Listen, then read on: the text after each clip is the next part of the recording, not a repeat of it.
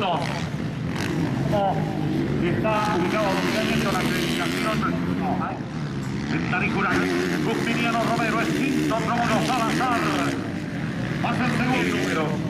Lo que está haciendo Marco es cuidar, controlarse. Viene Roy Velasco. Despuésito de Roy Velasco, viene Roy Velasco. Ahí está Máquina 900. Enseguida está viniendo Salazar. Tercera ubicación, Roy Velasco. Y aquí está Roy Velasco, el tercero. Aquí le han sacado una vuelta. Tiene que cuidarse Marco Antesana, que corre en el Brasil. Vial, los dos primeros en el boliviano. Hoy esta primera manga con 320. Va a recibir a nuestro compatriota de 9 Bolivia con Marco Antesana de Bolivia. Y al campeón latinoamericano, don Pedro Venturo, le va a hacer la entrega.